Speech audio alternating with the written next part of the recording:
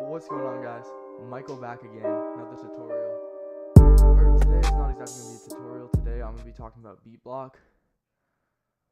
This is something that I want to start doing.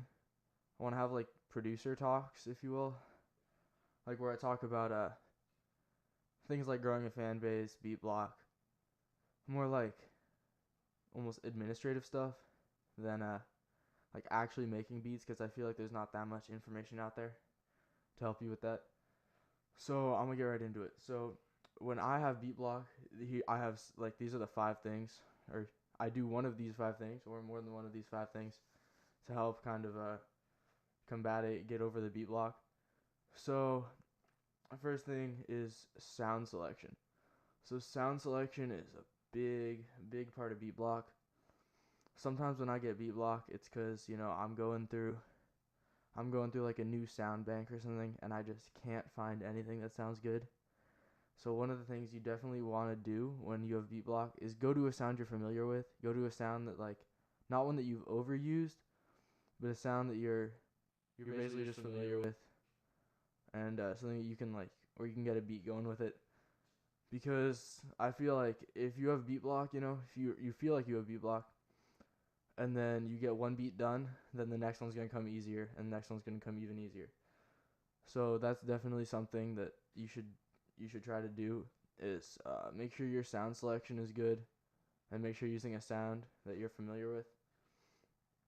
My second thing that I have the second thing that I do when I have beat block is I try not to limit myself. So like a lot of times when I get beat block, it'll be because like I just listened to a song and I was like, damn, that was a good song, and I'm trying to like recreate a beat like that's just too similar, and what ends up happening is like I try to find like sounds. I try to make the beat sound exactly the same, or like I'll be watching a tutorial and then I'll be like, yeah, they just made a really good beat, and I'll even use like the same sounds as them, but I'll try to make it like slightly different, and it's just not like a good idea, because you're not going to be making the best beat you could be making, because you're trying to copy someone else, and that's not going to help you like improve at all. It's not going to make a good beat.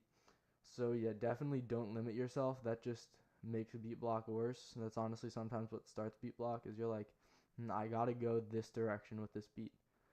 That you shouldn't be doing that. You should just like find a sound you like and then see where it takes you. So number 3, I have take a break. So like another time sometimes that I get beat block is if I've just made like 3 beats and I really just don't know what to do next. Honestly, just take a break. Like go outside, go watch TV, go eat.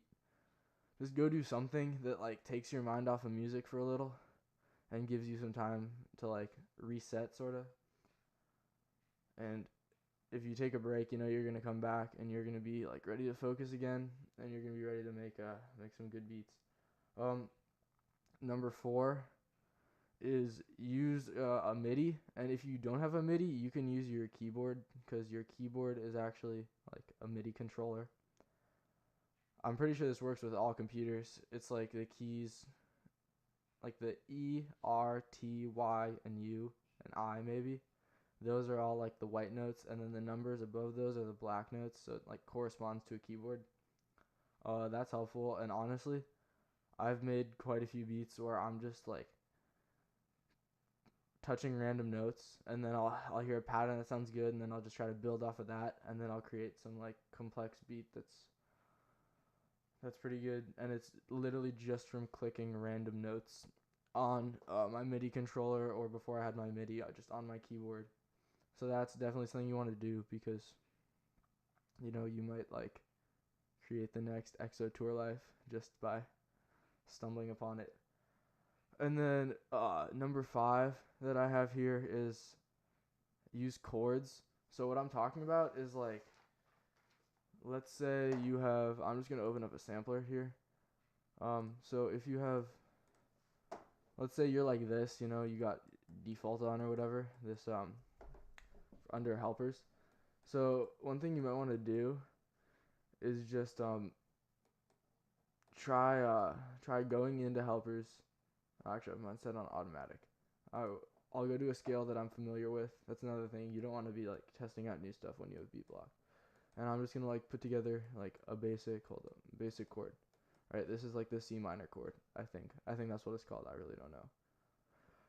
And then literally just take this chord and then go, Control A, Control B, and then go like this, and then just like transpose it till it's back in, like right here. See how this is back in the scale, and like just do stuff like this, and then honestly just like add top notes, see what sounds good.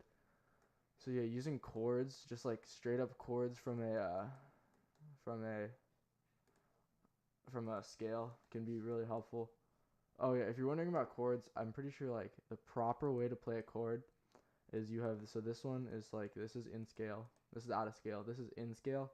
So you skip an in scale note and then you click the next in scale note and draw it in there. So then I'd skip this one and then put one there, and then that's like the C minor chord or whatever. So now that you have those tips, I hope I hope that was helpful. Let me know in the comments if it was helpful, and if I should do more like producer talk videos. And yeah, if you enjoyed this, like the video, subscribe, join the family, and road to 500 subscribers. Let's get it. Have a good day.